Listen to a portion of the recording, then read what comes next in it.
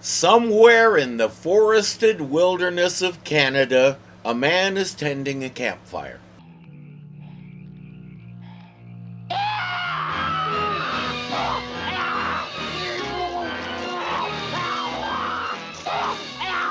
John, what is it?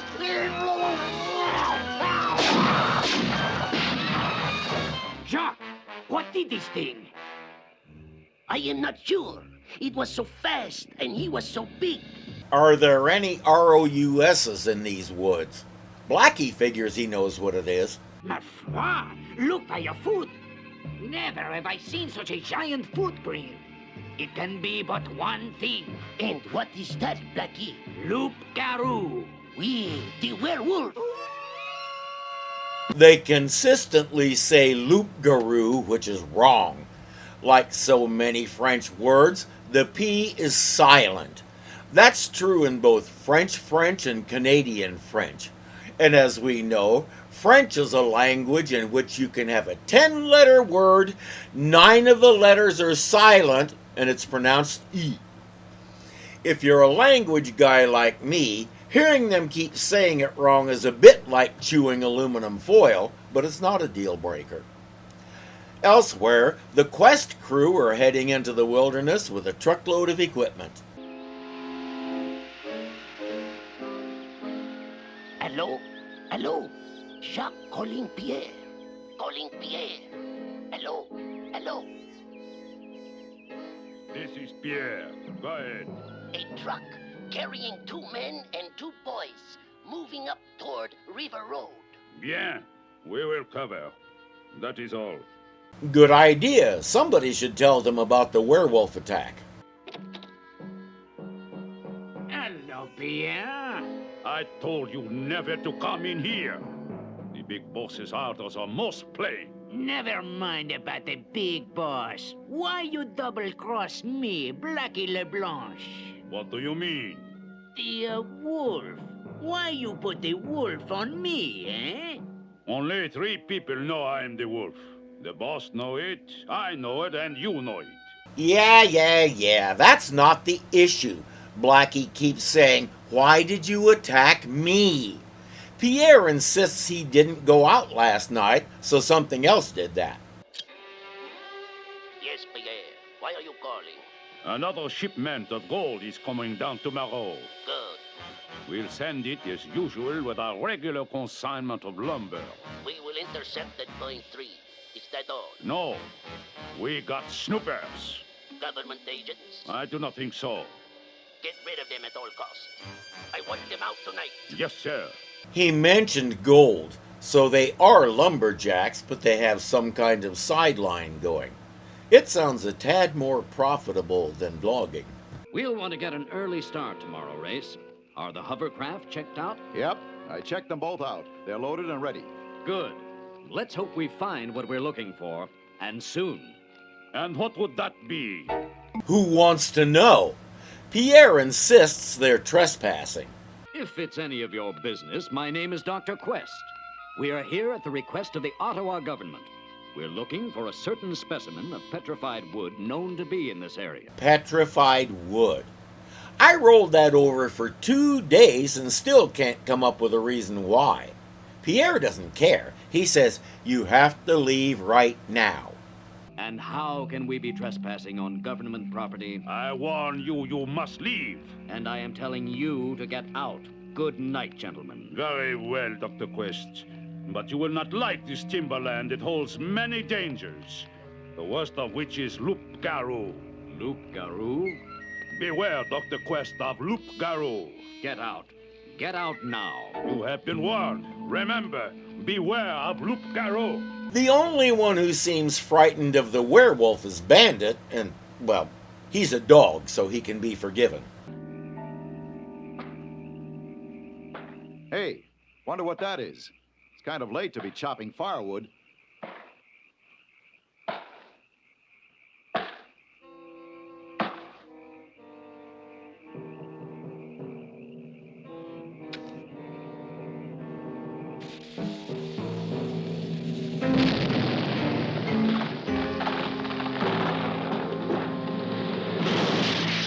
That's the big difference between a Canadian werewolf and a European werewolf. A European werewolf will come at you with teeth and claws. A Canadian werewolf will supplement that with axes and dynamite. They got the message. The next one lands on your heads. But we have petrified wood to find, and nothing's going to stop us. Ready, Doctor? Ready. You boys will be safe here. Stick close to camp. Right, sir. Okay, Dad. And if there's any trouble, get on that radio. We'll come on the double. Let's go, Race. You lead off, sir. I don't know why they aren't taking the boys with them. Leaving them on their own after that little infomercial last night doesn't seem as safe as they think. Hello? Hello? This is Jacques. Go ahead. The two men have gone up the trail toward Algonquin Hill. Follow them. The boys are in the camp. Leave the boys alone. Follow the men. See what they look for. If they go toward the mine, call me. I don't know about Canada in 1964, but I know in the U.S., if you have filed a legitimate mining claim at a certain spot, you do have the right to protect it as though it were your property, at least to a certain extent. But if these guys have a legitimate registered claim with the government, I'll eat it. Back at camp, Bandit is making friends. Uh-oh, a skunk. What'll we do? Well, nothing. Stand still. Don't scare him, Bandit. We'll never get the smell off you. Easy, boy. Nice, skunk.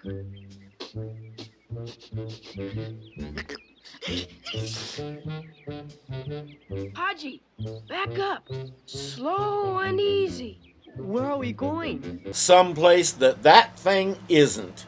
Too bad Bandit doesn't understand that. No, Bandit! Don't run this way! Wait, not here!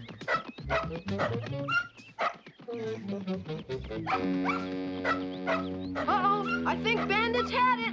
He's running away. Well, we better find him before he gets lost.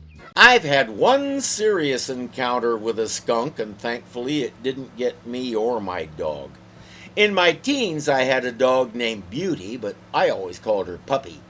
There was a big farm field right across the road from our house, and I would take Puppy walking at night along the irrigation ditch. She was a pure black lab and loved to hunt anything. She was also incredibly fast and could catch some small animals. I loved that dog. She could run half a mile away, and all I had to do was snap my fingers and she'd come running. One night she was doing her thing, and we were heading home when suddenly I saw her come around a turn running full tilt, backwards. I didn't even know she could do that. The reason came around the corner. A skunk was chasing her. We both turned and started dashing toward home, and I'm fairly sure for that one time in her life, Puppy came in second. It didn't get either of us, but it was a good 3 days before we went walking there again. The boys might think about giving it a little time before they try to find Bandit. He's running away. Well, we better find him before he gets lost. Come on! They'll do what young boys do. They'll search for Bandit until they get lost themselves. Maybe camp is this way. No, it is the other way. Huh? Who are you? I am White Feather. This is Gray One. A wolf! Him wolf, him friend. Not like Bad Wolf. Oh, the Loup Garou. Him bad. I'm gonna go out on a limb and guess that Gray One is the one who attacked Jacques. Gray One, kill him and drive fear from deep woods. You go now to camp. Father come back, find you gone. Him worry. How'd you know about my father? White Feather, friend of animals and woods. Know everything in woods. Him talk like every 60s stereotype white man can imagine. 1964, year of Civil Rights Act. Many white man no like. Make stereotypes to prove unwhite man inferior to white man. But if white man so superior, how come him no have Big Wolf for friend? You go now, that way to river. Bad men at river. Look only for gold. You go other way. Okay, but... Hey, where'd he go? He's gone. Just like that. Never have I seen anyone move so quickly and silently. Say, what? Haji has done things more impressive than that. Speaking of which, his magic tricks sort of fell by the wayside recently. We haven't heard him say sim sim salabim for a long time. Not yet, Haji. Huh? Well, those guys last night, they wanted us out for a reason. Now that Indians say there are bad men at the river. Well, maybe there's a connection. Let's have a look. But if we are caught... Oh, we won't get caught. Johnny, are you familiar with the expression famous last words? We won't get caught is just like we'll show them. It guarantees failure. Okay, that's enough gold for this one. Put the plug in and be sure it's tight. Right. Okay, give me a hand with it. Hey, Andre, bring me another hollow log for the rest of this gold. Now heave. I would bet they don't have a real mining claim, which means they're smugglers. They'll dump the gold on the black market and get the profits from the lumber operation as a bonus. Let's go back and report this to Dad. Oh, yes? You are going nowhere. Hey, Blackie, couple of kid snoopers. Bring them here. Don't say I didn't warn you. They've seen the whole operation, so Pierre can't let them leave. For now, Blackie will tie them to a post in the sawmill while he and the others go to deal with Dr. Quest and Race. Where's a weird Indian and his giant wolf when you need them? When are you gonna turn us loose? Sorry, kid. Should have minded your own business. You're not going to get turned loose. You'll be staying here forever. Hey, who? It's Whitefeather. Who knew all we had to do was ask? He cuts them loose. Jack, didn't you hear? Blackie wants you. Hey, Blackie, come here. Somebody's got Jack, and the kids are gone. They've been cut loose. Hey, you, stop! Oh, sure, he'll get right on that. What do these people think? Do they imagine that because they yell stop, everybody's going to comply? Where's Whitefeather? He disappeared again. Where do we go from here? Look, Johnny, here comes our taxi. Huh? When it gets here, jump. Now! Where are they? Look! Yippee! Ride 'em, cowboy! Yahoo! Lucky Blackie has a rifle and he knows what to do with it.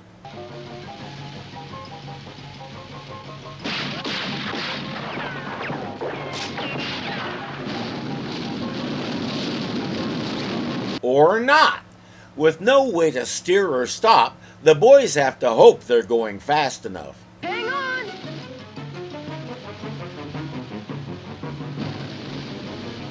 I think I can safely say Evel Knievel couldn't have done a better jump. They've reached the river. Johnny! Are you all right? I will be, as soon as we get out of the range of that gun. It does seem like a good idea. Later, the big boss tells Pierre to put on his loup-garou costume and deal with these people. They should have listened to my warning. But now it is too late. That's his werewolf costume. How exactly does he attack people in it? What does he do? Oh boy, what a ride! I wonder where Whitefeather went. He sure can disappear when he wants to. Whitefeather here. Gosh, where'd he come from? I wish I knew how you do that, Whitefeather. Wait.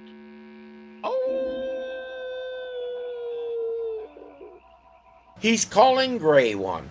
He says, your father is a good distance away, so we'll have to run all the way. The boys figure they're up to it. No ta. Wanakumo.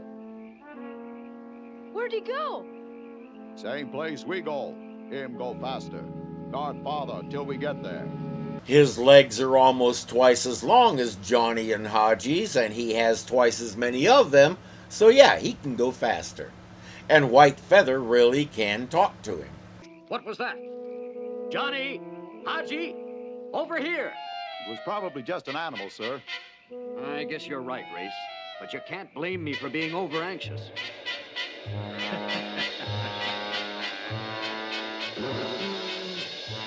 Uh-oh.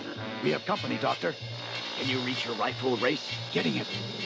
I still wonder what Pierre intends to do to them, but it's academic now. He has other things on his mind. Hey, he went right by us.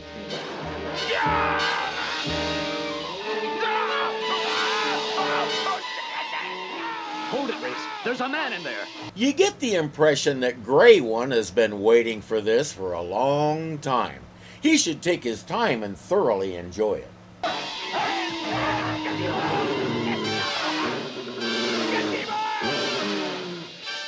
If I could just get a clear shot. He says he can't get a clear shot and then shoots 5 times.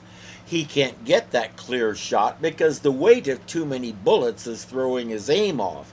Now that he's gotten rid of a few, the rifle has better balance.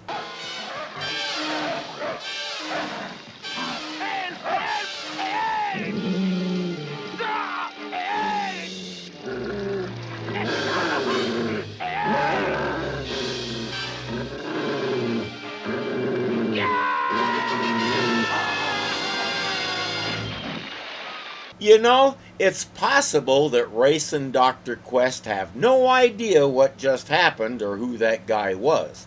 But Race knows what to do about the giant wolf. Be sure you don't just wound him. He's dangerous enough as it is. I can't miss at this distance. Now, a slow pull and... No! Don't shoot, Race! Yet another time when excessive talking saves the day. If Race had just shut up and pulled the trigger, we might have had a very different ending. Thank you, White Feather. I don't know what we'd have done without you and your, wolf. Gray One, good friend. He certainly saved us from serious injury, and we're grateful to you both.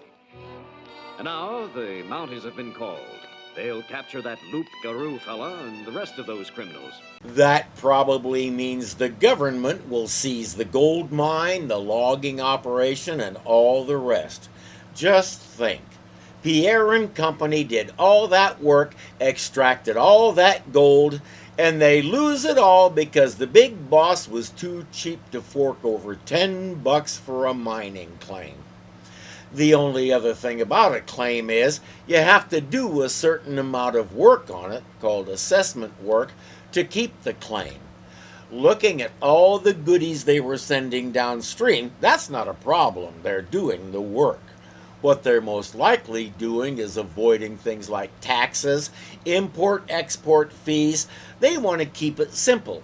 I give you gold, you give me cash. That's why their operation is illegal. The government hates simple things. Did they find their petrified wood?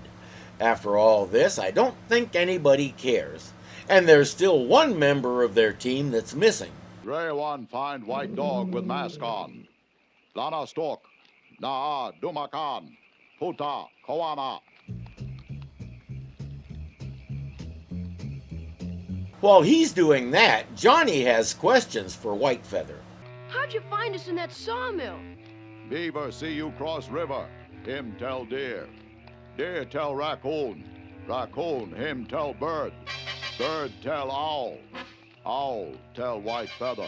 Johnny doesn't believe him, of course, even after everything he's seen White Feather do. White dog come back. Gray One not with him. Huh? Gray One not go near white dog with black mask. Why not? No one go near white dog with mask. White Feather go quick. See again. I think we can guess why, but Johnny needs more information. Hey, wait! Why'd he go? Look, it's Bandit. Hey, hiya, boy! Oh, gosh, I'm glad to see you. Oh, what's the matter, Bandit? Come here, boy. Don't call him Johnny. He's fine right where he is. Huh? Take a deep breath. Oh, gosh, I see what you mean. Remember the race they were having? The skunk won. Well, what do we do now? You always say he's your dog. Yeah? Then give him a bath, quick. Huh? Who, me? Go on down to the river before we all suffocate. Okay, but why me? He's your dog. He's your dog, Charlie Quest. Oh, but I'd like to know one thing before I go. What? White Feather said an owl told him where Hodge and I were. Did you ever hear of an owl talking to a human being? Ask him, he'll tell you. You, that's who! There's your answer, Johnny. He was talking to you. Okay, I give up. I believe. He said he was friends with all the creatures of the forest, so he always knows what's going on. In fact, the way he described it, they have a whole sort of gossip network, kind of like the Midnight Bark in 101 Dalmatians. But right now, he doesn't need the network to tell him he wants to be far away from White Dog with Black Mask. See you in a couple of hours. It smells more like a couple of weeks. What are you crying about? I'm the one that should be crying. Well, let's see. There's a good chance the skunk nailed him in the eyes, and that hurts. Jonny keeps dunking him under the water so he can't breathe, and that's frightening. The soap is getting in his eyes, the water's cold, and even after the bath, he'll stink to high heaven for at least a week. Yeah, no reason to be crying. Oh, boy. Woo!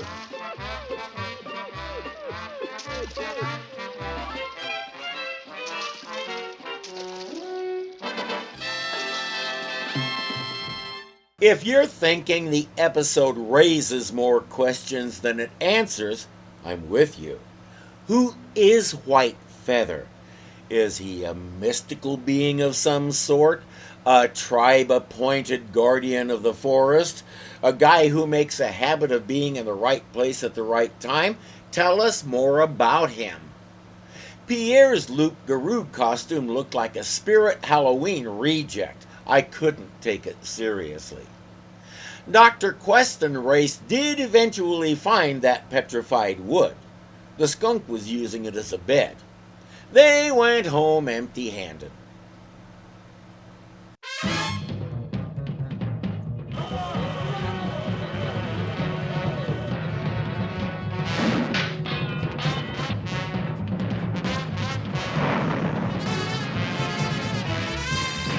Tell us more about him. Tell us.